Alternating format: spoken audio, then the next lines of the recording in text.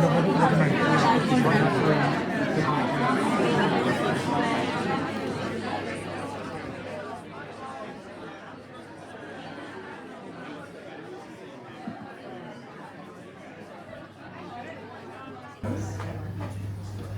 to debate what strategic design is. It's really good to see such a great turnout and literally have standing room only for some of the people here. So we really do appreciate everyone making the effort to come and mix and mingle and share perspectives. And we'll be sharing a lot of perspectives tonight. So much so we're starting at 6:30 sharp, given we're probably going to run out of time and we have to finish the conversation later. We probably will end up going to the pub like we normally do, so for those that want to hang around and still keep having a conversation, we'll probably end up with the Oxenor as well. But tonight, this is a subject that's passionate for me. It's quite dear to me to try and make sure we design really good outcomes more systemically. And I love sitting in that systems thinking space, so much so that I get lost in the abstract world. Some people like to bring it back into reality. But we are really blessed to have some 5 brilliant minds, plus there are a number of strategic designers and service designers that are actually in the audience today that will be invited to contribute. So if you're curious, you've got questions, we want to have a dialogue and not just have us monologue and sharing our perspectives up here. It's for us to all share our perspectives together and try and work out what we make of the context of service design. Anyway, so this is meetup number 128, the City Design Thinking. Before we get into the proceedings, I do want to recognise the traditional custodians of the land. I always say that we can learn so much from them about community. It is very dear to our heart to connect as we do here, but we can still learn more from the local custodians and the traditional owners of the country. And I want to pay my respect to the traditional custodians and the leaders of yesterday, today and tomorrow. We need to thank our sponsors. First of all, Frankie, she is an absolute gem who puts this place together. And she's about to run off. She's even on a night when she can't get someone to look after her children, she's here trying to get us all fed and hydrated. So thank you so much. And the Atlas team, they do so much for the design community, so we wouldn't be able to do this without our sponsors. And it's actually probably one of the hardest things to do is get sponsors. So if you know any sponsors, please come and let me know, because we are always looking for spaces. We like moving around a little bit as well, because we don't want to have one team always bearing the burden of hosting us every month. So shapeshifters, we've got Lily here drawing for us tonight, and she'll be scribing in a second. Shapeshifters actually support us every meetup and they provide a live scriber, so make sure you all step up and get a photo of the beautiful artwork that will be put together for us. Growth Habit, that's actually my new side gig I'm coming up with. It's a business focus on coaching. I'm going to be focusing on emerging leaders. So those that are ready to make that step into leadership. They may have the capability, they may be confident, they may not have the credibility yet, they might be trying to win other people on their way. Or they may have the credibility, but they may not have the confidence, and you might have imposter syndrome. So those leaders that are wanting to take that step, or they've recently taken that step and they need a bit of guidance and coaching, we're putting some leadership training programs together for that and some coaching programs for that. So that's coming soon, so keep an eye out for that one. Ben, did you want to talk about Dynamic 4? Sure. G'day, I'm Ben from SydDT Design Thinking and also Dynamic 4. We are a social enterprise and B Corp, and we specialise in regenerative leadership, design and innovation with a focus on purpose and wellbeing. I'm currently also running a free workshop backed by popular demand. Last week there was over 90 and there's already 90 signed up for Monday coming. So how to build your AI operating system. Hit that QR code, register, and if none of that meant anything to you, have a look at the page and it'll tell you what it's all about. But hopefully see a bunch of you there, and I'll see you all at the pub. Bye. Thank you, Ben. And as we get into proceedings, Well, before we get that, I have to thank our organisers, mainly Ben, who's here tonight. Kate and Kylie can't be here tonight, unfortunately, and unfortunately you're stuck with me doing the emceeing and managing the panel tonight, so apologies in advance. Next week or next month, we're going to try and just keep it social and be community focused. We'll try and find a venue and we'll go and have a few beers and we'll have a bit of a play in the pub. And then in September, I'm really looking forward to this. So we've got Pamela, who's a regular, who's a professional clown.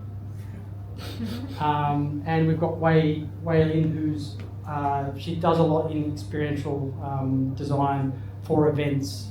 So it's all about creating an event, and when you think about design, we want to learn from people that do it at the extremes, because when we're running workshops and we need to perform, what can we learn from those that really put themselves on the extreme in the context of getting a space ready or getting the interactions ready. So and we're going to try and make that really interactive and playful as well, so it'll be a bit of a play session as well. So really looking forward to that one. And on to tonight's proceedings. So we have Dr Leanne Sobel. So I've been talking to a lot of these people in side conversations. I didn't even know, some of these people know each other, but I didn't know that, and we were all getting together and they're all saying hello to each other. Very incestuous, this design industry, for sure. But one of the catalysts for this talk tonight was actually seeing Leanne publish her PhD and focusing on what strategic design is. Unfortunately, Leanne can't be here tonight because Laura made sure she got a gig, so Laura stepped in her space. She was a bit jealous. Helped Leanne get a bit of work, so she had to go and chase the money. But she's got a very extensive, before she went into studying and doing her PhD in strategic thinking, she was actually working as a strategic designer, got really interested in the context of design and strategy. What is it? Because it is a grey area. It's not something that has a very discrete definition, and there's many definitions for these things, but just to set the scene, Leanne's going to take us through her perspective, so she's pre-recorded a video for us to at least set the foundation for the conversation tonight. Hi everyone, I'm Leanne Sobel, and I'm pleased to be here in the room with you this evening, although I am not there in person, and you can have a word with Laura about that as to why I'm not, but all good. So I'm just here to talk through some of my research, but also provide a bit of context for the conversation tonight. In lieu of my being there, hopefully this brings forward some fodder for you all, something to think about. So I just wanted to start with some definitions, because we're talking about strategy, design, strategic design, and all of those things can sometimes be very loose conceptually. We don't necessarily have hard definitions, but let me give you a couple for food for thought.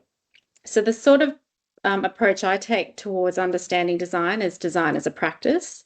And so these definitions tap into that and thinking about how we do what we do with others. So I've got a fantastic textbook here, actually. Can you not see? Strategy, Theory and Practice. It's by Clegg, Patelis, Schweitzer and Whittle. It's a great strategy handbook. Sorry for the blurriness there. I need to turn that filter off. So strategy equals knowledge plus capability, or the power to accomplish things. So knowledge is needed to be able to have both the concepts with which to imagine a future and the know-how and skills with which to try and get there. So capabilities as the power to get things done are needed to be able to implement ideas, visions, and plans. So strategy as knowledge plus capability or power to has a double edge. It is both what is conceivable and what is doable. As such, it is a practice, and hence strategy is not just concerned with the imagined ends, the desired future state, but also with how to turn visions into reality. So that's interesting if we think about then design. I've got another lovely book here, The Design Way. Oh gosh, I really do need to turn that off. The Design Way by Harold G. Nelson and Eric Stolterman. It's a real go-to for all the reasons. It expands conceptualization of design, and it's just a fabulous book. But design is the ability to imagine that which does not yet exist, to make it appear in concrete form as a new purposeful addition to the real world. It appears in concrete form as a new purposeful addition to the real world. Design is the first tradition among the many traditions of inquiry and action. Important in that is inquiry and action, developed over time, including art, religion, science, and technology. So that is the definition of design that I bring to you as a very open definition. And then, so the topic of tonight is strategic design. So what is meant by strategic design? I'm going to give you a definition, and then I'm going to quickly talk to you about my research looking at the role of design and strategy, and put it over to you to discuss. So I've got one more definition here. So this definition, so you're aware, it actually comes from a journal article. It's by Julia Calabretta and Gerda Gemser, titled Building Blocks for Effective Strategic Design. And the definition here is that strategic design refers to a professional field in which designers use their design practice to co-determine strategy formulation and implementation towards innovative outcomes that benefit people and organisations alike. And I might come back to that before I hand over to the room. So then quickly, let me talk to you about my research.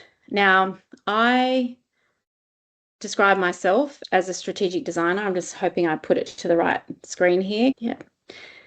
And I did a study with strategic designers and strategists. So in this study, I was looking to understand in which ways design has become strategic, and how has design actually been used as it relates to strategy work. And perhaps unsurprising to all of you in the room, it's not a one-size-fits-all answer, and I identified 5 roles. This is probably a starting point, and there may be others into the future. But I've put this up here in case any of you wish to read more on this, but I'll give you a quick overview. So there are 5. The 5 are experiencing, extending, enhancing, informative, and generative. Experience is really about strategy, how strategy projects are a medium for design. So designers are actually creating strategy. So the design process is informing how strategy work is done, how the analysis is conducted, and how the strategy is designed at the end of the day. And it's usually done by designers. Extending is where strategy projects incorporate design approaches through design thinking models and frameworks, and are used to varying degrees in strategy projects. So in this particular one, it's usually the non-designers strategists who have learned about design thinking methods that have integrated design as part of their toolkit. In addition to more traditional analytical methods and approaches, it's extending their tool set or skills to incorporate more of those human-centered, customer-centered approaches into strategy work. Then there's enhancing. So strategy projects integrate intentionally strategic designers and strategists alongside each other, with a recognition that those skill sets combined can bring really powerful processes and practices into the strategy work, be that around how problems are explored together, how different types of analysis is conducted, and how those inputs come together in synthesis to inform strategy. I would say that this is very much the result of organisations investing in design skills and capabilities over the year, and recognising that bringing those teams together creates a strategic advantage in how strategy is understood. Then there's informative, so where strategy projects are informed by design inputs at specific moments of the strategy project. So this is where, if you're in a customer team or product team or UX team, you might be asked to go and do some specific customer research or research within the company about particular trends or sentiments or whatnot, to then bring it back to the strategy team, and then they take that insight and data and then work through what that means for their strategy. So it's very much the strategic designers aren't involved in the strategy process, but they are still inputting and informing what happens, but removed from the process and the final decision making. And then the last one, which I assume most of you in the room might relate mostly with, is generative. So strategy projects utilize strategic insights that arise through design work that in the process of coming to a new design has sensed new data, inputs or insights that have strategic impact or strategic implications for how the company will either make good on that design or what it needs to change to facilitate that design, to bring it to life. And sometimes the design process in its inquiry uncovers really useful insights that wouldn't have otherwise been understood, that can then be input back into the strategy world and give the organisation some opportunities to pivot or develop something new. So I guess you could say generative becomes incidental, but it has the most powerful potential as it might inform strategy, but also where strategic designers tend to play most. So I'm going to stop that there, and I'm going to come back to the original definition, noting that I've just shared a whole lot here. But the point of all of this and sharing this with you is that strategic design and what it means and how organisations are utilising strategic design is very grey. It is a developing field. It is something that even design schools are just starting to grapple with and start to look at, well, what are the sorts of skills that strategic designers need? It's yes, still material, learning how to make things and work with materials and the craft, but also it's understanding how organisations operate and what are the strategic plays, what is the business language, what sort of analysis goes with strategic design work, and how can we produce designers that are thinking at a strategic level. So it's an extended practice, I would say. And so I'm interested to hear what sort of tensions are coming up in practice from those of you in the room, and particularly from the panel, when it comes to strategic design practice. What are some of the challenges? As with design thinking, there's always been a real barrier or constraint or tension between traditional management practices with that of design. And I would say that holds true with strategic design. But because it's becoming a better known skill and profession, which Laura will be able to speak to with all of her work she's been doing with ABS, I think there's a greater level of opportunity for those of you in the room who are practicing strategic design or just want to operate more strategically in the design work that you're doing.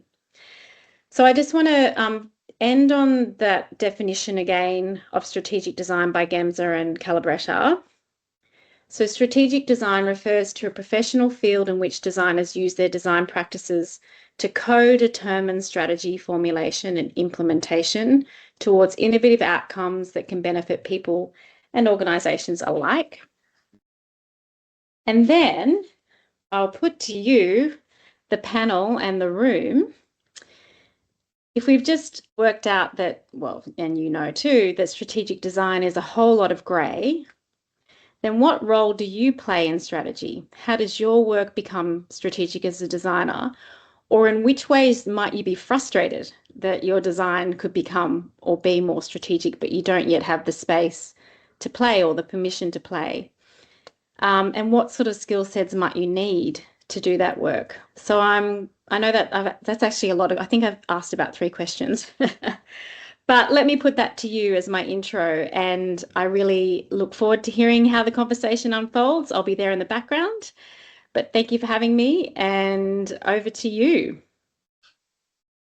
So if I was a graduate and I was coming to you, or if I'm a junior designer and I want to become more strategic, what recommendations would you give for me to start my journey towards becoming more strategic? I think having a curiosity about business and business management and the language of business is really helpful.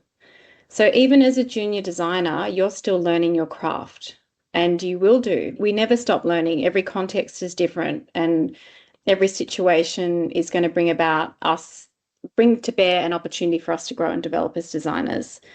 And I would say in the throes of doing that, you can have a curiosity towards understanding business and how design can land better with business by understanding how to pitch it how business supports design work, and how business is becoming more attuned to design, or not, as it may be, and what you might be able to do to advocate.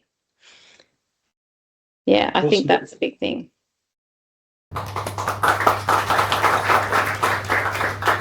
So thank you, Leanne. And as we sort of explore those questions, you'll get an opportunity to explore those questions yourselves and have a bit of discussion. But before we do that, we're going to get some of our panelists to come up one by one and share their perspective on how they tackle design in a strategic way, or how they tackle strategy in a design thinking way. So I'll ask Jaimes Nel to come up. We crossed paths a few years ago when I took over the service design team at ING, and so some of his fantastic work, we started having a conversation. And I really like the way he was thinking about things strategically. When you look at his path of interest, go over to his homepage, he's got some very great thinking document on the page, and we've had a few catch-ups since then. So over to James. So I'm Jaimes Nel. I run a design-led strategy consultancy called Path Ventures. We help organisations to be more successful at change. That's our kind of goal, our mission. We want to help them get better at the muscle memory of making change happen. I thought I might try to start out with something of a story of my kind of changing definition of my practice, how I came to think of myself as a strategist. I started the idea of strategy even before design, going through two big changes. One was South Africa in my teen years, transitioning almost overnight from apartheid to a democratic government system, and so just witnessing massive social change happening almost overnight kind of really gave me this belief that strategy at large scale was possible, that change at large scale was possible. And one of my intros into strategy was the work of scenario thinkers in helping the different people within the South African context to come together and start to imagine a different world. That was the one. The other one was at exactly the same time the internet happened, and I think we've all experienced the massive change that's happened and still happening in that space. So I've always believed that change was something that was possible, and that sort of predated my involvement in design. And coming up through design, I came up as a design researcher, and so I worked a lot of the time at the conceptual end of thinking about design, always thinking about what was happening conceptually. And I realized over time that I was making recommendations more than I was making findings. And so this kind of move and shift between design as something that you kind of are shaping rather than something you're kind of thinking about or conceptually kind of orienting became this kind of grounding kind of sense of my identity in my practice. I saw somebody else frame this once as a spectrum, so design on one side and research on the other, and I realized that I was moving along that spectrum from research into always making findings, but I wasn't a designer. I wasn't trained as a designer. I didn't come up in traditional design, and so I was influencing change through the conceptual practices that I was building through research, and that was the real founding. And so strategy seemed like this natural place for me to put it in. So I've thought of myself as a strategist for a long time, and I've spent a lot of time thinking about what that actually means. And so I guess I'm going to try to offer the answer to everything is grey. I would say strategy is contested and almost always has been. And I think a lot of the framing that we'll do and tend to start from in our world, in kind of a commercial practices, competitive strategy or business strategy. But the idea of strategy sits before that. It really kind of starts with the military and then gets picked up by commercial interests long after that. And then there's a whole, thinking about South Africa, there's a whole geopolitical element to it as well. So I'm going to offer a definition that I've been finding useful around some anchoring concepts. So first of all, it's a craft. There's things that we do when we're thinking strategically. I mentioned scenario planning, thinking in terms of options. There is a craft to what strategy entails. It can involve diagnosis and research, but it also can entail a lot of the tools of designers. So a lot of what we do in design is explore possibilities, or create definitions of things, and both of those things are incredibly helpful in the strategic process. The second concept that I want to introduce is coordinating. And coordinating, you could swap out with execution, and so I think a lot of the time we kind of diagnose things as the execution strategy is this thing that you do and then you execute. But I think actually it's really important to think about the coordinating of multiple streams of things to get to an intent as a really critical part of strategy. And I think there's already been some reference to that. Means, ways, and ends. The how that you take to get something is really as important as the where you're trying to go. All of that anchors around intent. So what are you trying to actually get to? And I think this can be a little bit contested. Is it okay to have an intent? I think if you think about the whole agile movement, it was really a kind of movement against intent. But I think that's always thinking about intent as something which is fixed in time. The thing that I want to connect us to then is co-evolution. So if you go all the way back to really thinking about the origin of what you're doing strategically, it's always in co-evolution with what I think of as the unknown. So something which you don't entirely control.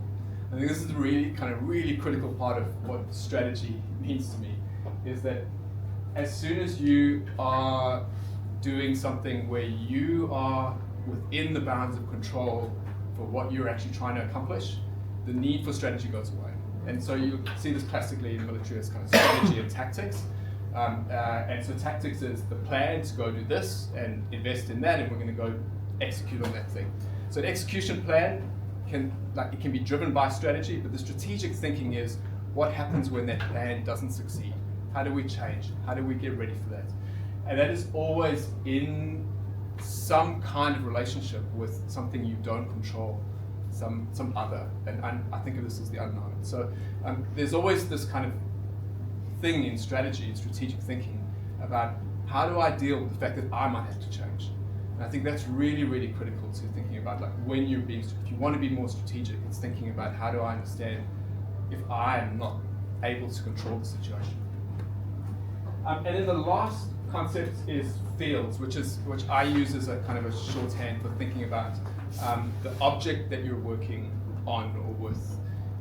And I think Paul, coming after me, is going to talk a little bit about what that might look like. But really, this is thinking about different levels of zooms of objects.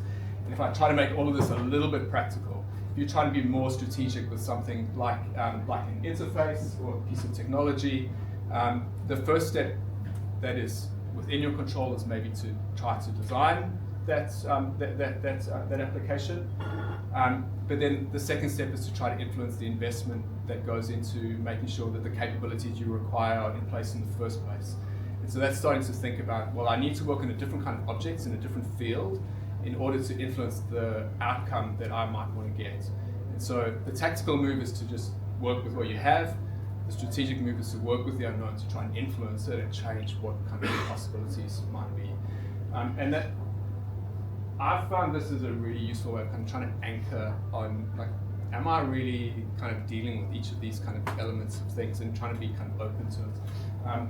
Most important thing here, I think, is the unknown. Like this idea of the other that can possibly change us, I think is the really critical part to driving whether you need strategy or not. And I think if you think about the concept of kind of emergent strategy, there's a deep kind of argument about whether you can even do strategy, because everything in plan is not ever likely to be successful because it has to deal with the reality of the unknown.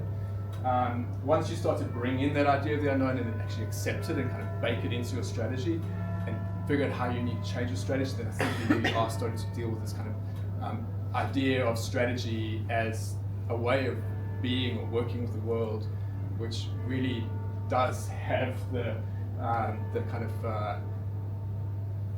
ambition or bravery to really grapple with the fact that, like, you may not end up the same. There's something else in the world that can actually have an impact on you. Yeah, awesome. And I love, I mean, you sort of capped it off with that sense of emergence and strategy sort of always evolving and growing. And it has to, because everything's unknown. I want to welcome Lize Wordsworth to the stage. Do I stay up here? And then, so I worked with Lize when I was at Westpac for a period of time, and these guys actually know each other. They have worked with each other in so more sort of design and research on one side and strategic thinking, and Lize is really good at getting that into a state of execution and getting constructs that other people can understand. So we can't always sit in meta land. You have to somehow make it real, and that's the perspective that Lize is hopefully going to share with us. Thanks. Yes, so I run the business architecture and design team at Westpac, and my team is really focused on how do we help the enterprise understand how they create value, and in base of that have something for strategy to kind of land on something concrete, right? So you'll see my Claude inspired visual. I can't take credit for that. I'm not a designer. I can't draw to save my life, but I can have the tools to help me. Now, if I look at the frame that Jaimes provided, was around strategy as a coordinating intent across the field, and we'll see I'll sort of address that in some of my aspects. So for me, the focus is on kind of the field perspective, right? So how do we look at the business objects, the data, and the capabilities, and how do we make them visible enough so we can coordinate that across the organization at scale, right? Without the intent on that, it's kind of missing, right? So what we've done in our perspective is to try and get people a common language across the organization so that they, one, have something to anchor on, and two, we can make our change to that, right? So if I think there's sort of three aspects of that. So shared objects give strategy a shared language. So I apologize, I'm a bit nervous. I don't do this all the time. So we look at our customers, we look at our products, we look at our capabilities, we look at value chain, so you'll see Michael Porter there. We created sneakily a strategic thing called enabling service because we couldn't call HR and tech and risk the same as value chain, so we created a new name for it. And that's probably that strategic piece, right? Create a new language. And then what we've done is we've built an inventory of these things. I think I have about 33 of them across the organization, with 21 of them is customer facing, the rest is sort of back end enabling, and some has shared capability because we don't want to repeat things 21 times, right? And it spans across Australia, New Zealand, wherever we have them. And what we then do with these is we help leaders now have a shared language because they all talk about here's my value chain, here's my process, here's my accountability, here's our single link, rather than them arguing about what things are called.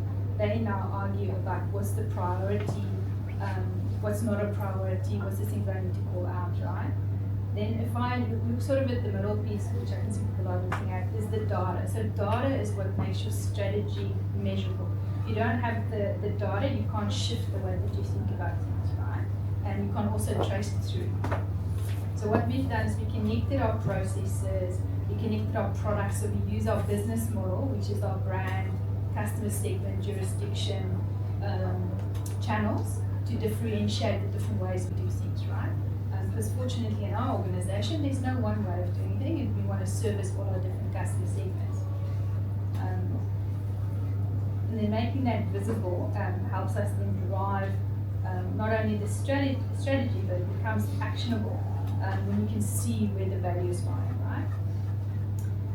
And then our role is really to help the leaders there to make faster decisions, look where they can invest, spend their money wisely, right?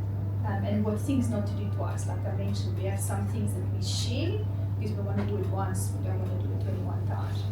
It still happens, but indeed. Now, if we then look at it, I mentioned stuff like value chains and enabling services, that's just a construct we created about how things flow in our organization. We use them to connect people, process, data, technology, service providers, etc., right? Anything that enables you to drive the organization forward and make it visible on how we create value. Then for us, the strategy only becomes actionable when you can see how the value will be created differently. And it, like I said, Westpac, we help leaders make those decisions, where to invest, how to sequence change, and what not to do twice, right? So, and rather putting that power in their hands rather than a central little group doing it on their behalf. Now, if I look at some of the things people have mentioned some books in the sea of red. So Paul Pace layers explain why change is hard, and I think business architecture and design kind of holds those layers and how they connect to each other, so that the change don't get disconnected, right? Because sometimes you can change your processes and not your applications, or you change your people, you forget about your culture, and then completely ignore the customer journey and what they need to get out of that. And then just for me, yes, design shapes the preferred future and where we want to go, and then architecture kind of makes that buildable, right? And how do we make that real? And then where strategy falls is when the means is undefined and really chaos, right? I didn't touch on where we actually work together, right? So you taught me about customer journeys, moments, all that sort of things. Yeah, Learning experience. I think we use design and architecture to try to bring those two things closely together at Westpac, to effectively, from a design perspective, effectively to try and ensure that the thing that we were designing was actually the thing that the organisation understood we were trying to achieve. And so all that work to kind of align the language and the thinking that I think you're talking about it as it's kind of picked up by the technology organisation, the work that we did to make those things More clear, concrete, right? yeah, concrete and using the same language is was I think really key for us to explain what we were looking for. We would think that it's the intent. And it was great to see these guys connect. We had a quick catch up to sort of talk about the session, and these guys, they started talking straight back to where they were 5 or 6 years ago when they were working together, which is great because there's that true alignment. Slightly different dimensions on strategy, slightly different dimensions on design, but still working towards a common outcome. And it really talks towards that term of coordination and intent and everything that both of you have been talking to. We're going to welcome Paul Merrell to the stage. He's formerly of Merrell's, currently working with Allianz as a service designer. I think he's going to have so much exposure to more almost ecological ecosystems design, some of the stuff through Merrell's. But one thing that I did want to say about Merrell Studios, if you go to Sophia, it's not, they dropped it from the latest definition of a service designer role, but they used to use MELD as the definition of what service design actually was. Steve Batty didn't even know this, I told him once, he goes, somehow this little Australian design company was used as a foundation for the definition of what service design was for what is a really well-known framework for digital roles in the ecosystem. So thank you for sharing your wisdom today. Thank you. Hi everyone. I've got some frameworks as kind of the starting point for me in terms of strategic design. I think this quote is at the heart of a lot of what strategic design is all about. And the quote is from a little Sarin. It's I can't speak Finnish, so it's a terrible pronunciation. But an architect back in the early 1900s, and he talked about always design a thing by considering it in its next larger context. So if you're designing a chair, think about the room. If you're thinking about the room, you need to be thinking about the house. And if you're thinking about the house, what's the environment that it sits within? And so I find that a really helpful definition as a starting point for strategic design, because I believe at the heart of strategic design is operating at what Dan Hill talks about, which is different levels of zoom.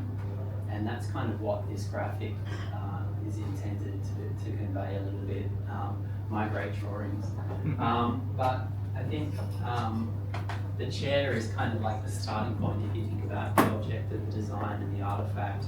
I had a little sketch up there, and then I thought, why am I doing that? Why not put one of the little chairs up there? His heart chair, which is quite iconic. I think he designed it for a railway station in Finland or something like that. Imagine going to a railway station, sitting in something like that. It's just lovely, isn't it? So anyway, I thought I'd put the actual photograph up there. But if that's kind of the artefact, and then if we look at that vertical as different levels of zoom, so that artefact sits in maybe an interaction, and that interaction sits within an experience, and that experience is part of a service that's created and co-created each time that it's delivered. And then that exists within an ecosystem of other services that operate as well. And all of those things interact because my experiences in insurance, for example, perhaps as a small business owner, are influenced by the experiences of the broader ecosystem that I'm in, which is, say, financial. So the expectations change depending on what that ecosystem does. So the question then is, if I can get that from my bank, why can't I get that when I'm interacting with the ATO or with accounting software or other experiences as well? So in thinking about designing an interaction, then we're also thinking about what's the experiences that sit within that broader system of people, and that's the thing that creates expectations and ambitions for us as we're designing as well too. So that's kind of the vertical. And then this is a bit of a plastic as well. I almost put little quote marks around the upstream, downstream. It's kind of overused a little bit, but all that's really saying is what's happening basically upstream of that interaction that you're having, and what's happening downstream after that as well too. I'm going to talk about an example, an ecological example, an environmental example. It's kind of systemic, and it's about people having asbestos dumped on their land. So if you're in a semi-rural area or a rural area, often you can be looking for fill, for example, to build up land and create new structures and things like that. And quite often free fill gets advertised on Facebook or those sorts of places. But the problem is a lot of that free fill is contaminated with asbestos because demolition companies, building companies dig a lot of stuff out of the ground. Sometimes that contains asbestos, and it's very expensive to dispose of. So a really easy way and incorrect way to do it is to try and pass it off as building. So very tragic in terms of consequences, and we'll talk a little bit about that. But the point around that is that this person receiving asbestos on their land is affected by what happens upstream for that experience because of the actions of people that are building lots of places in and around us. And then downstream, that affects that person's family or their community or their livestock or what they grow. So all of these things should be part of what we're designing as well when we're thinking about that introduction. And then time is a lovely one as well too. So that concept of forced semantic zoom. So what different spaces of time represent for us? What's the current state look like, but what's that future state look like? So again, we're thinking about different layers, but at different points in time.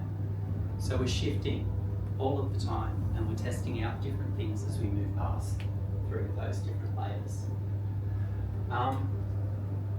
Is that making sense? This diagram is from Dave Gray's Connected Companies, which is an amazing book. He talks a lot about a lot of things, but he also talks about emergent strategy and the concept of the layer in design as well too. This concept of pace layers, which I think came from an architectural book by Stuart Brand originally, and talked about layers within buildings, but this applies in terms of design because we're thinking about layers in our systems, in our experiences, but these layers don't move at the same pace. And the city is a great example of that. Like all our, real deep infrastructure, so our metros, our electricity, our utilities, all are at that base layer. They don't change very much. Kind of once they're there, things might happen around them, but they stay pretty stable. And then what that allows is people to construct buildings, services, experiences on top of those as well too. And as we're seeing around us, these buildings come down, they go up, but underneath those things stay the same and support the experiences and the services that sit on top of that. So if you kind of take that to an extreme, we've got things like data, which is just, content that sits in lots of different places. That's always changing now, so more than ever. It's just masses and masses, and that's changing all the time. And then the other thing that I want to think about there is the idea of prototypes, and the idea that as designers, that forms a key part of our practice in what we do. And that is a layer that we can change and shift as much as we want. There's lots of freedom in that. I can't change an experiment on a metro system. I can experiment on a prototype of the metro system and play around with what that might look like, and then get a sense of where that might fit into things. I'm getting excited. I'm going to have a last slide. Thanks.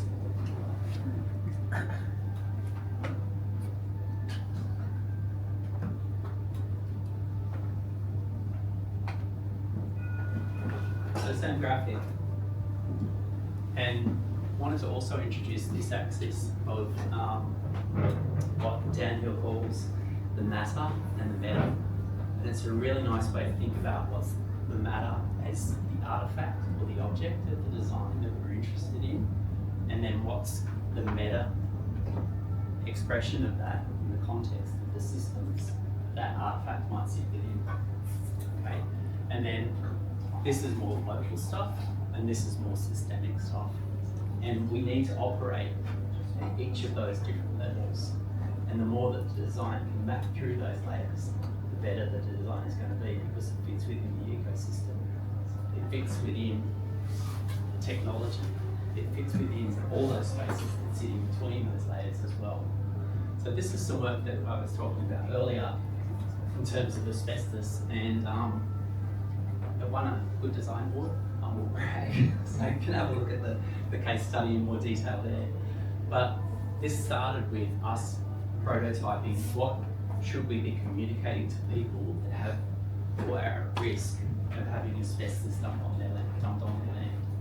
So we came up with like the visuals that you can see in that photo. I think that was RSL in Canberra, I think it was. Yeah, something like that. And basically, we got people in with the landowners and said, which of these things kind of speak to you in terms of when you're thinking about bringing in fill for your land? What are the things that you might have to concern yourself with? Is it family? Is it community? Is it the value of the land? All of those things. But these were all just prototypes of what those communications were. And there was no limit around that. So playing with those allows us to move many, many directions at pretty much minimal cost, and then test out those different prototypes. And then the next stage is to say, well, what's this telling us? There's something around family values that's really important for people when they're thinking about asbestos. And so out of that came a commercial, and you can have a look at it as well, to educate people on the dangers or risks of asbestos, but there's lots of shots around family and what it means for your family if you have this dumped on your land. So that was a really critical part of it. And then we actually took that and then put that to air, and then we started to see an impact in terms of outcome, but also in the research we were seeing actually when people watched this kind of stuff and thought about it, it actually really started to make them think about the field that I might bring in can contain asbestos, whereas before it wasn't necessarily a cognition that they had. So a really cool way of being able to address people's knowledge, and then when they're bringing in field, oh yeah, I need to check, does that contain asbestos? Does it look dodgy? Where am I getting it from? Those are the questions that they need to be asking. So in doing that, you're still allowing them to source the field, but you're giving confidence around that. Now you can also address it by going, I'm going to fine you $500,000 if I find asbestos on your land. Or you're going to pay for the cleanup, which is how it is at the moment, and that costs in the hundreds of thousands as well. Or I can tell you, these are the things to look out for. So you can still do what you need to do, but be mindful of the risk, and here's some ways to think about it. Because the safest place for a plane is on the ground, right? But it's not fulfilling its purpose. So as a regulator, you can ban something, or you can say to people, here is what it is. If you still want to do it, here's the things you need to be thinking about. So it's a change from punitive to empowering in terms of the role of the regulator, and a shift for the organisation, the EPA in this instance, to say, how can we work like this in the future, because it's much more citizen-centric. We're getting better outcomes as a result of it, and we're thinking about what this means for design in our organisation. So you're getting an increasing level of maturity of designing the organisation as well. So you can see something that started as a prototype becomes an artefact, changes people's behaviour, and then starts to change the organisation and its culture as well. So that's strategic design in my mind. I'm going to leave it there. I'll talk too much. Thank you.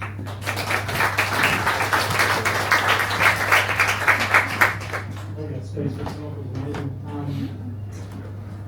Next we're going to invite Laura to talk about service design, strategic design. Can you keep it at that for a second? We can keep it at that for a Thank you, second. Dr. Laura is the reason why Leanne's not here, so yay, because Laura's here. Yay! So, hi everyone, I'm an interloper from Melbourne, come up to hang out with you all.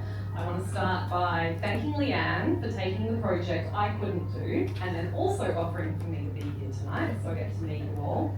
Leanne is one of the most amazing strategic designers in Australia, and I'm forever thankful for that video she provided to set the context for us all today as well. So you're definitely missing out on her not being here, but she's very keen to keep involved and engaged with everyone, thanks Lucas, in these conversations as well. I'm going to do a bit of a vox pop in the room. Put your hand up if you call yourself a designer. Great, excellent. Put your hand up if you call yourself a product designer. Product designers, okay. Hands up if you're a visual, graphic, or communications designer. Our sketch artist is not putting a hand up yet, but thinking about it, I won't distract you. All good. There's a couple of friends in the room too. They put their hands up. You're not alone. Anyone in the room call themselves a UX, UI designer? UX, UI, CX, maybe in there as well. Great. And then, anyone in the room call yourself a service designer or a strategic designer?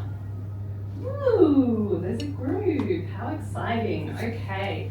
The reason I asked that question is I've struggled for 25 years to say what it is that I do. And I, in the past 3 years, have called myself a strategic designer, and I'm very confident to call myself that now. The reason I'm confident is because I've worked out the hard way what it is that I do and how to explain it to other people so they understand the value of it. And that passion that I've had for working out what is it that I do, how do I do it, how do I know that it's strategic design, was born from multiple experiences. I have a background in spatial systems. I have a background in data management. I used to work for the Surveyor General. I used to name all the roads and suburbs of Victoria. I then came up here to Sydney to help you with doing that. Finding the address here today just blew my mind. Let's not go into it. And eventually I started working for a design company called ThinkPlace. I was very familiar with Mel back in the day too. You guys did awesome stuff. The biggest problem I had when I founded the Melbourne version of ThinkPlace in our studio and grew it was hiring people. Because I couldn't put any job ads out there for service designers and strategic designers because we didn't have an agreed description of what those things were.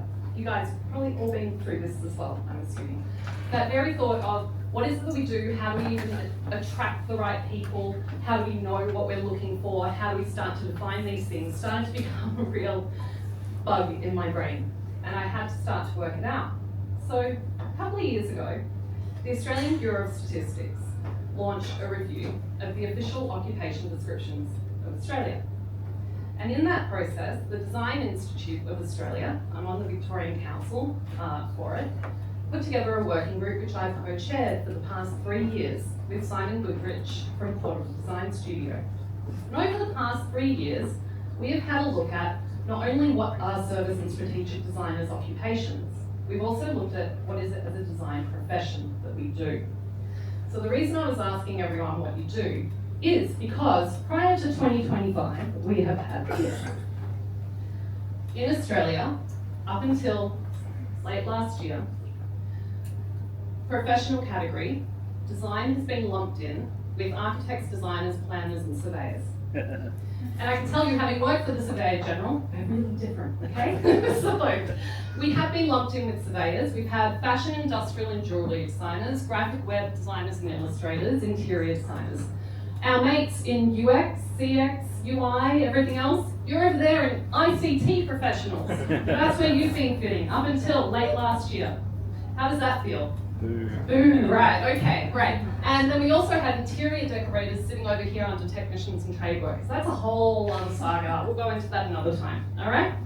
What we've done over the past 3 years, we've engaged over 1,000 designers across Australia in multiple programs, workshops, surveys, everything else to say, how do we actually define design in Australia? How does this work? And I used Buchanan's 4 orders of design to start to work this out.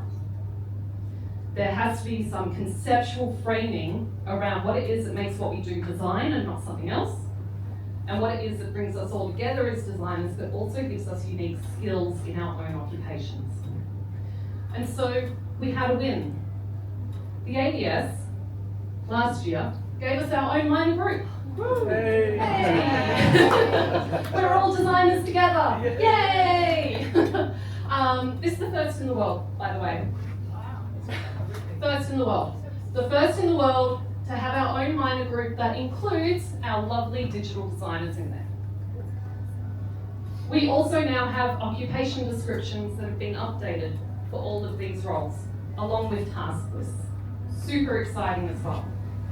So, welcome into the fold, UI, UX, web designers, multimedia designers. I was told last year when I went, multimedia, really? You're still using CD-ROMs? I was told that multimedia, you do still exist. I acknowledge your presence in the room. We also have our graphic designers, illustrators. You might notice some things missing. Strategic design, service design, comms design. There's a couple of other things under here. Product design, yeah? They're missing at the moment. The reason for that is the ABS went through such a huge overhaul of all their occupation descriptions, they only wanted to readjust essentially the ones they already had. They have committed to including our emergent occupations in the next update next year. And we have an opportunity in August with the census to tell them that we exist. Yeah. Alright? So there is a massive campaign that we have run, and we're running right now through the Design Institute of Australia to say, we exist, write designer on the census. I know that you're out there, I know that you exist, because even at the last census, before service design was even acknowledged, it's still not there, 5,000 Australians wrote service designer on the census.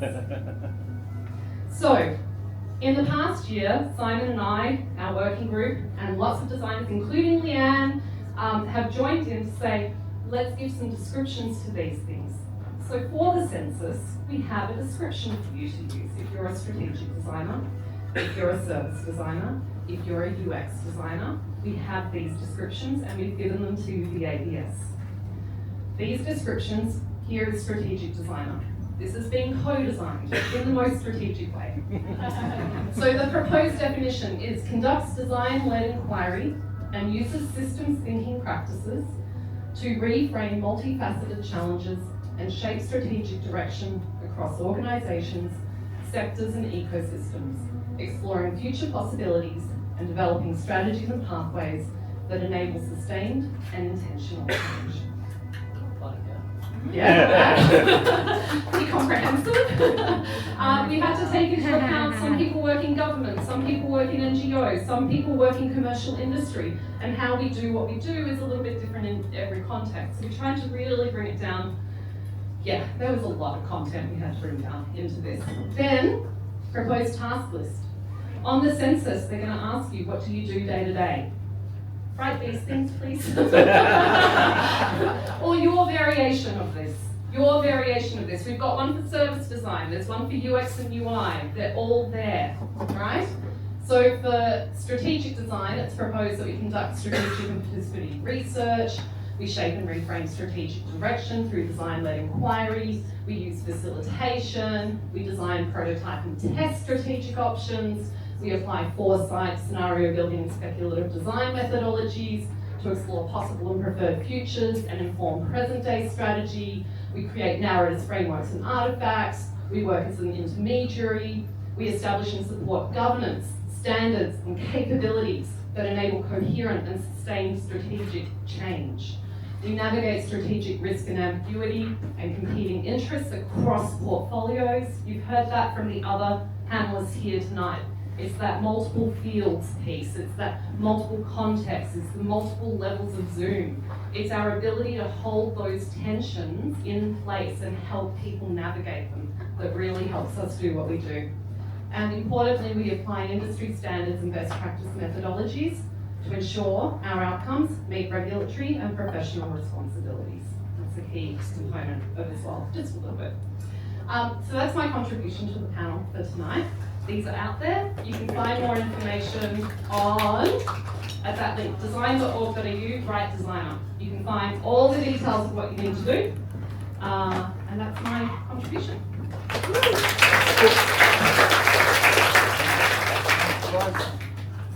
I'm surprised you haven't got an agent to write everyone's census for them. Because that would be very strategic. It would be very strategic. So thank you everybody for your perspectives.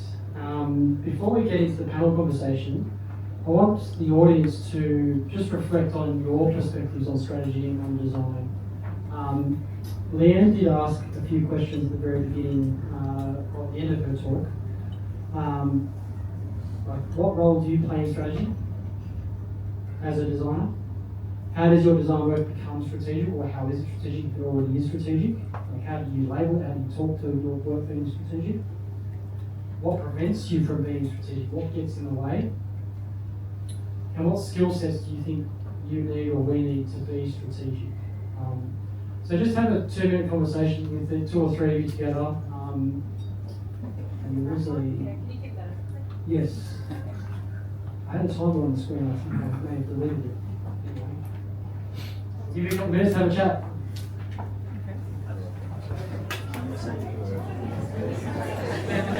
As you finish your conversations, just try and think about what you're curious about today, what you just discussed. Is there something you want to ask for the panelists? We're going to start this conversation with a couple of topics just to get us going. Then we want to try and give you some time to sort of ask our experts here to share their perspectives on something you're curious about. And you may even want to contribute and add your own perspectives as well, because I know there are a number of strategic designers. I even said to someone in the room, I said, oh, I should have asked you to be on the panel. So there's probably many of you out here who have a perspective as well. So we want to hear those ideas come to light. Michael Porter, often considered the father of modern strategy, wrote a book, and he actually defined strategy as being the craft or the art of, it's about creating long-lasting competitive advantage and sustainable advantage. So I want to put that out there just as a concept, not say too much about it, but I sort of want to leave that to the group and sort of to add a few perspectives. So I want to start with James, because you did touch about competitive strategy in your talk at the beginning and the history of strategy as well. So I think there's something there we can unpick. Sure, this is a new mic. Yes, right. It's okay, good. And it's interesting, I think there's this long-lived kind of argument within strategy, both in military before it and then commercial strategy, about this need to have the other being something that you're kind of competing against. And this is the reason that I kind of emphasize the unknown, because I think that abstraction helps us to kind of think possibly in a way that is more cooperative as well. But I think your ideas shape the way that you think, and if you're starting your thinking off with this perspective that you're actually trying to define something against, like this assumes against, right? And I think we can think strategically about things that we do together as well, or in terms of things that we are collectively struggling with. So I think if you think about kind of the global hyper crisis that we're all kind of enmeshed in daily, there's elements of competition in there, but there's also elements of that being a problem that we've all kind of share complicity. So I think being able to think beyond this kind of definition of otherness is really, really important to be able to open up opportunity and imagination to do other things. So I think I like that abstraction because I think it lets you get into the space of actually what we're doing is engaging with imagination, and we want to have the freedom to be able to be imaginative in other ways than these kind of defining kind of us and them perspectives. Yeah, and it's interesting, I agree with everything you said, but I still find myself still using this definition to describe strategy. But Right or wrong, it's not saying it's wrong, but it's context. But that context is important. Right? There's a field which is competitive business competition, right? Like, so this is appropriate in certain circumstances. It's just not appropriate in all circumstances. I think it's important to, like, house your definition at a higher level of abstraction than something which is like has so much baggage. Anything else to add? Yeah, that's so funny. Yeah, I should wrap. Anyway, hopefully my voice was enough. I think from a competitive advantage, right? The number of times I hear, oh, what is Sorry, is this one on? Yeah. So the number of times I hear in one organization, what's the yellow bank doing? What's the red bank doing? And I'm like, I couldn't care, right? Maybe we should focus on how we clean up our operating model, because I think our operating model is our biggest competitor, right? And what I mean with that is, how do we remove waste? How do we remove duplication? How do we make things faster, simpler for our customers, right? And I think that's sort of a lens that people often neglect, right? And I agree with you, there is the competitive part where you want to be competitive in market and you want to win the right market share and drive your business orientation there. But sometimes if we look internally, you can actually get a lot of waste out of there and drive more competitiveness, just like that. I would slowly add to that as well. Competition is exhausting. And if you set up a strategy to be continuously competitive, you're going to exhaust your entire organization. And if we think about what we need to do with strategy is to actually collaborate. I'd probably rewrite that quote about strategies about creating long-lasting collaborative advantage. What do we get from actually working together as humans in these really big jungle times that we're in?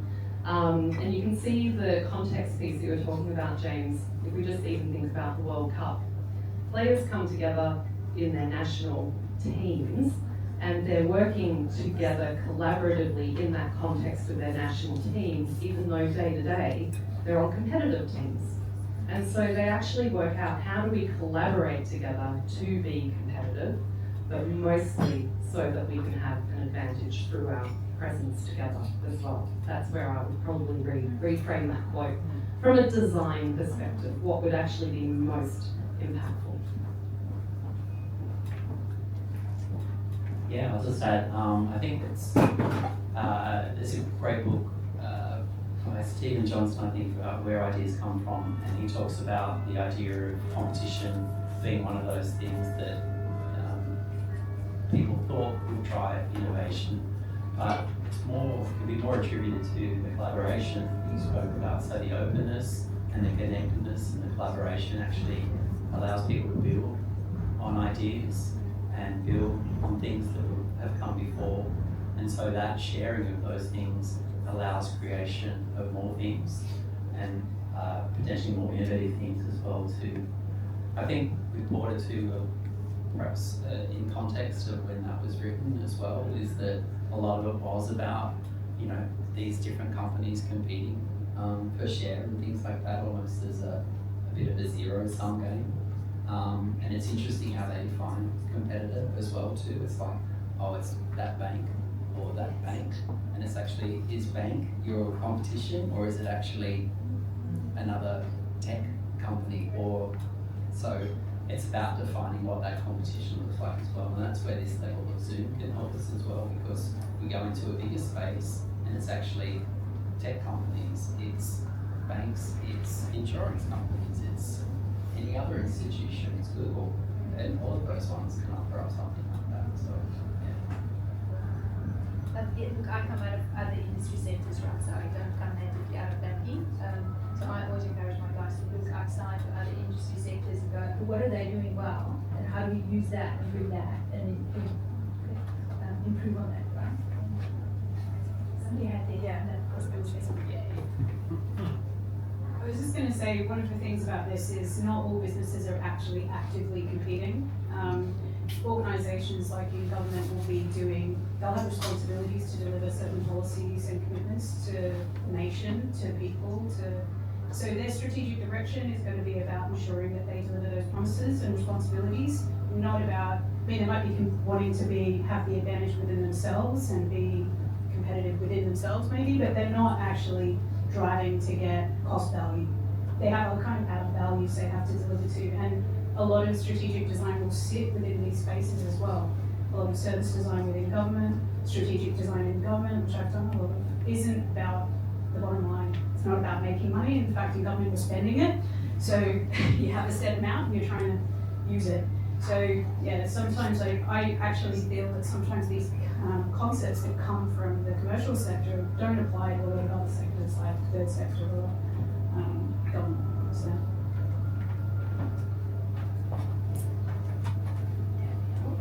Let me go to this quote, because I think there's a lot that talks about intent and how we need to motivate people to move in a strategic direction. I do love this quote, but Peter Drucker apparently never said this, but he's attributed with this statement. So I'll leave this to the panel for someone to step in and sort of talk about the context of strategy and culture and how they're different, how they're involved in interacting with each other. Maybe Laura, start with you. I'm going to put out there, I hate this quote. That's great because it starts a conversation. Yeah, right. It really, really does. I'm going to test whether anyone in the room even understands that quote. Right? Yeah, so there's people who are shaking their head. So let's move on from the quote. Let's pick up on the word culture and strategy coming together. It's really important, two words, particularly with strategic design. And there's a constant conversation around all the institutions that inform what we do day to day, every day, and inform the rules that we work by. And your culture is informed by the rules that you set, and vice versa. The rules that you set inform your culture, and they're in a constant dialogue together that inform and shape how people are interacting, what they're valuing, what they're doing, where they're looking, and how they're understanding the world. And your opportunity with strategy is to think about and understand and explore these systems and say, where are the people, where are the institutions, where are the rules, where are the things that are happening? And we can't change the humans, right? Unless you live in some fascist dictatorship where you enforce rules upon people and enforce how they act and behave. You can't actually get people to change their behavior intrinsically. You have to motivate it through changing the things around them, changing the culture, changing the elements of the culture that inform and reward and incentivize their behavior itself. So you have to think strategically about these things and how to inform and influence how the culture is shaped and how it shapes the humans as well. That would be my take on that quote and how it comes up in strategic design by thinking through those influences and changes we can make in really complex systems for the better. Now I was thinking from a practical perspective, but that's absolutely correct, right? So we go in and we design something and you think, oh yeah, I'm going to go for this level of maturity and I'm going to put this in, and then you meet the people and you see the cost and you go, oh, they have to roll this back a wee bit, right? And then you kind of have to meet people where they're at and then step them a little bit forward at a time. And then to your point about the zooms and the different layers of perspective, they're not all on the same level of maturity, right? So I'm having to spin plates at different speeds and at different heights just to get some sort of outcome, right? And then that's the sort of culture aspect. So I can put any strategy in there, right? I have a 3-year strategy, but if people aren't open to it and I don't reach out to them, they're not going to adopt it, they're not going to accept it, right? And then it's all for naught. So yeah. I'll just add, this question, yeah. That is one question. So I heard two things: strategy as a noun and strategy as an adjective. We think strategically, we design strategically, and we have a strategy, or a company has a strategy. What do we mean by both? Are they the same? Just to make the conversation clearer. I'm dyslexic, so verbs and nouns, and my first language is Afrikaans, so you just...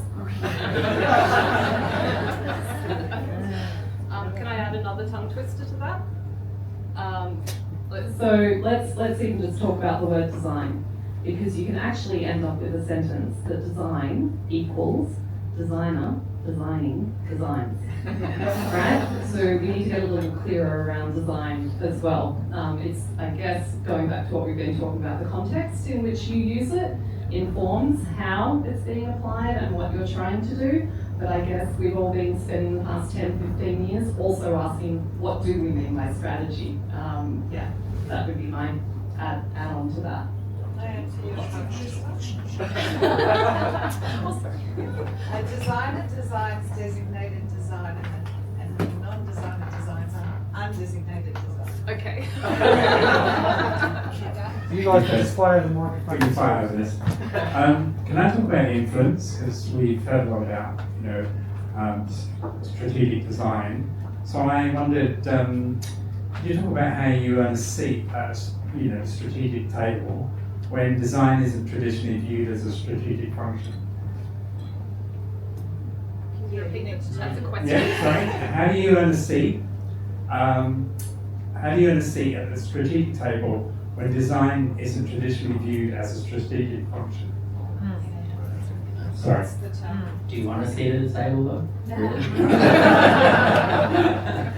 What do you wish for? I, funnily enough, because we're friends and think alike, was going to ask the question that in most places I've worked, especially enterprise, the rooms that had strategy people in them rarely had a designer. So true. So yes, strategy designer is a role, but more often than not, they're not in the room. Yes. And so that specific unique brain thing that they have about questioning and why is more likely a title that's been given to a business person. Yeah. That's why we need occupation descriptions. I think this is why it's quite. So your question about is it a strategy? We can get really hung up on it, and I almost kind of go straight past it. Just don't get hung up on it. There's a power. My training is sociology, so I'm just going to say it's a power dynamic that sits in that that is really responsible for it, right? So there's no point trying to figure out a logic to solving it, but you can do the objective of being more strategic.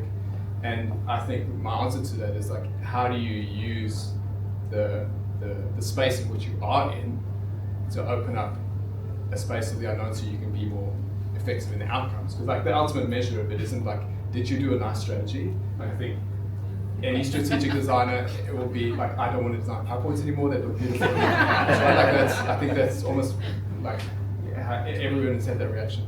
So how do you focus more on outcomes and intent? And I think this is why like a lot of my practice reaction is just how do I abstract these things and get away from the reified strategy where I can now have like a status because I did the strategy, and more about I'm achieving an outcome that overcame unknowns that like I wasn't set up originally to do.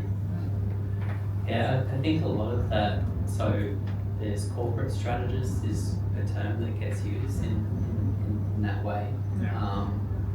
I think the experiences of that for mine have been very much around, they can be great at describing the problem, and maybe if you think about the diamonds, it's kind of the first diamond, like the framing of it, and that's it.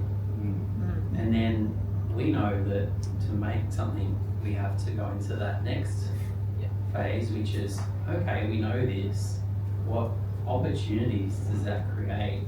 What can we make from that? And therefore, how can we then progress and make something happen rather than framing, describing? Yeah, Thank you. thanks. Yeah. Anybody can make a good slide, right? Yeah. So I used Claude, I gave it a couple of prompts, right? I think from a strategy perspective, it's probably similar, right? I would say it's all in the execution of that. And strategy is kind of both verb and noun and whichever language it is. And then you speak to whoever you're speaking to based on their perspective, and that's the language you use, and that's how you get in the room, right? Never waste a good opportunity, never waste a good crisis. That's how the story comes out. That's how my team got forward, right? So we had a bit of a crisis, so we solved the problem for them, and 5 years later, here we still are. I just have two things I want to say. I think it's only a strategy when it's written down, but the rest of the time it's an active thing. So that could be potentially looking at Xander's point. But the other thing I want to say is that I just think design fundamentally is strategic.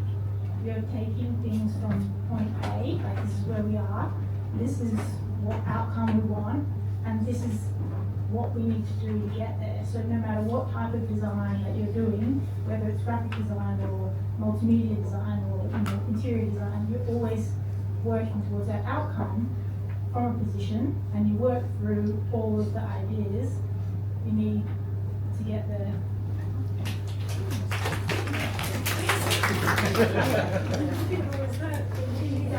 I'm going to be controversial. Only because I've seen design teams knowing what a business, like I've known what the business strategy is, and I've seen design teams go and do design, talk to customers, talk to stakeholders, do something, and then you go and look at it and oh, hang on, I've got to do this project over here, and they're not aligned. And so it's just doing design isn't necessarily strategic. You need to have the awareness to look broader. And again, it's still probably at the levels of Zoom and context next to the room that Paul was sharing before. Maybe a better, like a more mature is if the outcome that you're working for as a designer is fundamentally aligned with your business strategy. Yeah, I think Leanne covered that quite well with the 5 different types of strategic design. There's sort of different contexts in each of those, and I think you're talking to one of those dimensions. But yeah. Can I add something to it? Because I think the idea of a plan, and traditional business strategy is a plan, and I think we have a little bit of danger in that space as designers too. It's like, this is my plan to execute. And the thing that I keep anchoring on is, like, where's the risk for me? If I don't have risk, and this is why I kind of talk like I'm not, if it can't come back and hit me, and I can be wrong, then it's a plan. It's like it's a tactic that I know how to do it, right? Yeah. And that can be as true of a design as anything else. So I think there's a fundamental shared thing, in that we are dealing with this fundamental unknown about the future a lot of the time.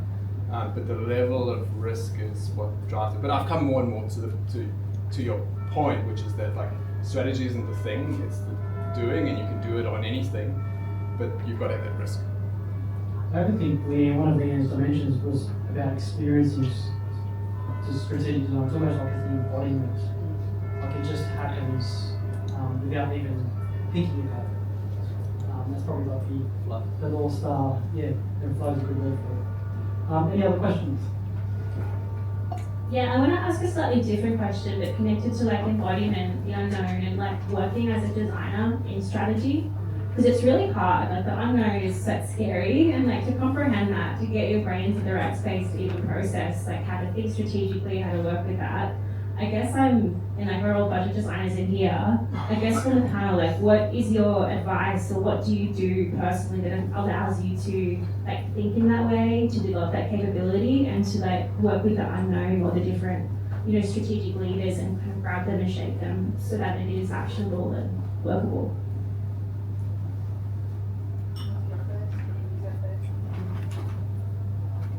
I think it comes down to talking to people, and really that's what it, and I mean that in the way that you connect and collaborate with other people that sit outside design.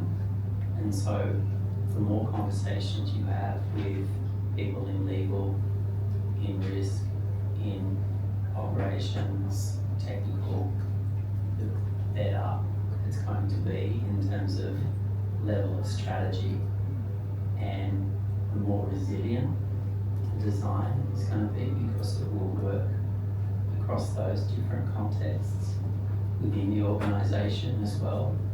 And in doing that, you're also generating new ideas and new adjacencies, because there's emergence that's happening in all of those spaces that you're collaborating with, that might then allow you to build your design as part of that emergence. Because they're already doing these things in those different areas. We just need to work out, is that meaningful to others, and can we scale it? That's the thing for me, is being able to have those conversations with those people. Yeah, it's primarily doing that. I think that's, you know, get a lot better outcomes, and it will be more strategic. It has to be. Can I ask a question related to, I mean, you just mentioned talk to the risk, talk to the compliance, talk to the legal. Do you think as designers we sometimes fail to consider the risk appetites of organisations that we work with? We shouldn't. Yeah. We shouldn't if we're having the right conversation. But what I will say about risk, and you'll talk about this better than I, but my take on it is that what's that definition of risk? And so I think when you operate, if you go back to that concept of layers, at that bedrock level, we should be managing the risk, and it really should move slowly, and nothing should change too much because it's catastrophic if something can change, something doesn't. But the further you go up those layers into those prototype areas, the difference the risk is, because you're not really risking a whole lot just by playing around with a series of screens or making something or doing kinds of things like that. So yeah, and I think it's good to talk about experimental risk and actual risk. Yeah. And I think Jeff Bezos made a really, amazing weddings or whatever it is you want to think about it, right? But in terms of the way that he talks about risk, is that there's risk, like when they build a warehouse or a distribution centre, they've done that so many times, that should be easy enough for them to do, and you should be taking new risks with those kinds of things because you know what it should be. But when you're doing a new experience with someone, then those are the areas where you can take a risk, because it's not about a structure or it's experimenting. I think from a service design perspective, you have the unique opportunity to challenge people with a risk mindset, challenge the risk folk, right? So we had a bunch of people in the room, legal, risk, people who execute, and then you can shift those risk appetite settings, because people don't always understand what the impact is of their risk aversion on the customer. And once they have that perspective and they understand, they go, oh yeah, maybe we shouldn't be so conservative, or we can actually tweak this, and then you cut 40 days of a thing that now takes 2 days, right? And then I think from your perspective, how do you create that space to think strategically? I would echo is understand other perspectives, right? Understand legal, risk, technology, and then kind of allow yourself the freedom to step back and look at that with your unique perspective, right?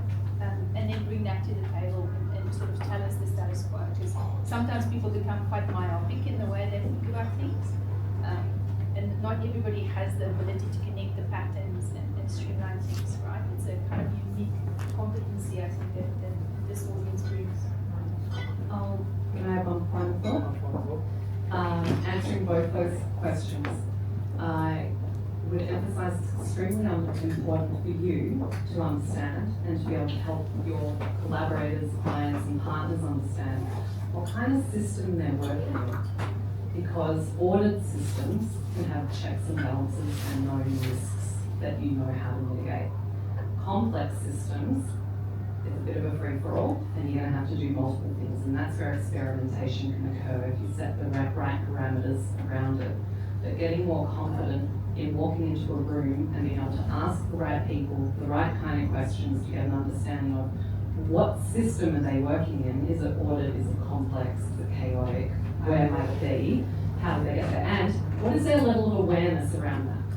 Because if they think that they're working in a really simple ordered system, they are wrong. And they're going to ask you to produce something for a simple system, and you're going to have to sit there and say that's not going to work, and here's why. So it's building that trust as well, and building your confidence as a designer. The design is a practice, and it takes practice, and it takes knowledge and time to be able to walk into a room and pick it. That takes time. I think we're gonna have to call it an evening. I'm gonna have to disappoint Laura. She wanted to talk about prerecorded design. Some of you may be aware of it, but in the context of strategic design. Are you going to go to the pub after this? I will go to the pub. I don't have to fly out till 7 a.m. In that case, if you want to get the after party sort of story of forward design, come and join us at the Occidental. Thank you so much for the engaging conversation. We had plenty of our own content, but then when we start getting questions, we always blame the dialogue and say that your perspectives over ours. So thank you for coming.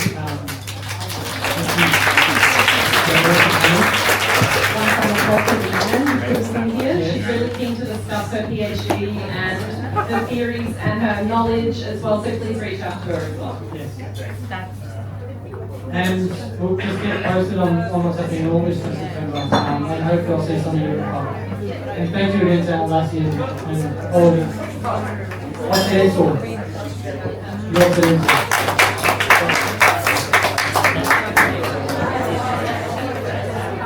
There is a couple of people that people